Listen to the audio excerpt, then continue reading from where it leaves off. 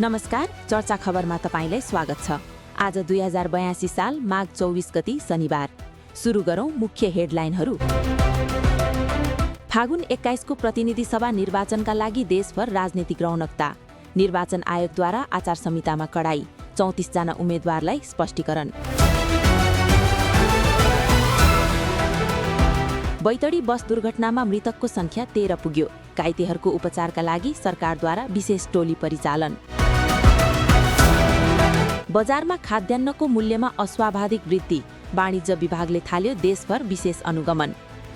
टी20 विश्वकपका लागि नेपाली टोलीको अन्तिम तयारी पूरा। कप्तान रोहित पौडेल भन्छन्, हाम्रो लक्ष्य सुपर 8। छिमेकी देशहरूमा निपा भाइरसको जोखिम बढेसँगै नेपालका सीमा नाकाहरूमा उच्च सतर्कता। अब समाचार विस्तारमा। फागुन 21 गते हुने प्रतिनिधि सभा निर्वाचनका लागि देशैभर राजनीतिक सरगर्मी चुलिएको छ। निर्वाचन आयोगले हालसम्म 60 वटा निर्वाचन क्षेत्रको प्रत्यक्षतर्फको मतपत्र छपाई सम्पन्न भएको जनाएको छ। तर चुनावी प्रचार प्रसारका क्रममा आचार संहिता उल्लङ्घनका घटनाहरू पनि बढ्दो छन्। आयोगले हालसम्म 6 जना बहालवाला मन्त्री र 28 जना उम्मेद्वारलाई 24 घण्टे स्पष्टीकरण सोधेको छ। सरकारी स्रोत र साधनको दुरुपयोग भएको गुनासो आएपछि आयोगले यस्तो कदम चालेको हो। यसैबीच प्रमुख राजनीतिक दलहरू कांग्रेस, एमाले र माओवादी केन्द्रका शीर्ष नेताहरूले आज विभिन्न चुनावी सभालाई सम्बोधन गर्दैछन्। नेपाली कांग्रेसका सभापति गगन थापाले आज पोखराको चुनावी सभामा बोल्दै अबको सरकारले युवा रोजगारी र प्रविधि मैत्री प्रशासनलाई प्राथमिकता दिने बताउनु भएको छ। उता नेकपा एमालेका अध्यक्ष केपी शर्मा ओलीले झापामा आयोजित सभामा देशको विकास र स्थायित्वका लागि आफ्नो दललाई बहुमत दिन आग्रह गर्नुभएको छ। निर्वाचनको सुरक्षाका लागि देशभर म्यादी प्रहरी र सुरक्षाकर्मीहरूको परिचालन अन्तिम चरणमा पुगेको छ। यसपटक आयोगले डिजिटल प्रचारमा पनि कडा निगरानी राख्ने बताएको छ। सुदूरपश्चिमको बैतडीमा हिजो भएको जन्ती बस दुर्घटनामा परि मृत्यु हुनेको संख्या 13 पुगेको छ। गम्भीर घाइते भएका थप 2 जनाको उपचारका क्रममा डडेलधुरा अस्पतालमा आज बिहान निधन भएको हो। घाइते 15 जनाको अहिले विभिन्न अस्पतालमा उपचार भइरहेको छ।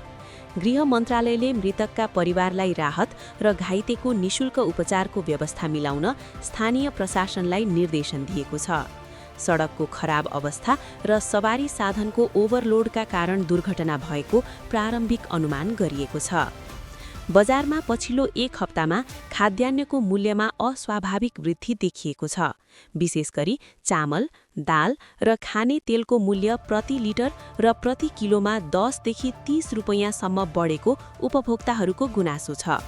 निर्वाचनको मौका छोपी व्यापारीहरूले कृत्रिम अभाव सिर्जना गरेको पाइएपछि वाणिज्य विभागले आज काठमाडौँका मुख्य थोक बजारहरूमा अनुगमन गरेको छ।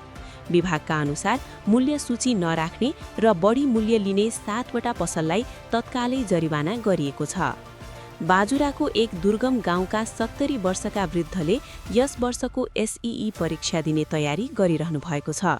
पढ्नलाई उमेरले छेक्दैन भन्ने सन्देश दिन उहाँ अहिले नाति उमेरका विद्यार्थीहरूसँगै नियमित विद्यालय धाइरहनु भएको छ। उहाँको यो जोशको अहिले सामाजिक सञ्जालमा निकै प्रशंसा भइरहेको छ। मौसम पूर्वानुमान महाशाखाका अनुसार भोलि देशभरको मौसम सामान्यतया सफा रहनेछ। तर पश्चिमी पहाडी भूभागमा हल्का बदली हुने र हिमाली भेगमा थोरै हिमपातको सम्भावना रहेको छ। चर्चा खबरको 30 मिनेटको यो विशेष बुलेटिन अहिलेलाई यति नै। ताजा अपडेटका लागि हाम्रो च्यानललाई सब्स्क्राइब गरी जोडिरहनुहोला। हामीलाई हेरिदिनु भएकोमा धेरै धेरै धन्यवाद।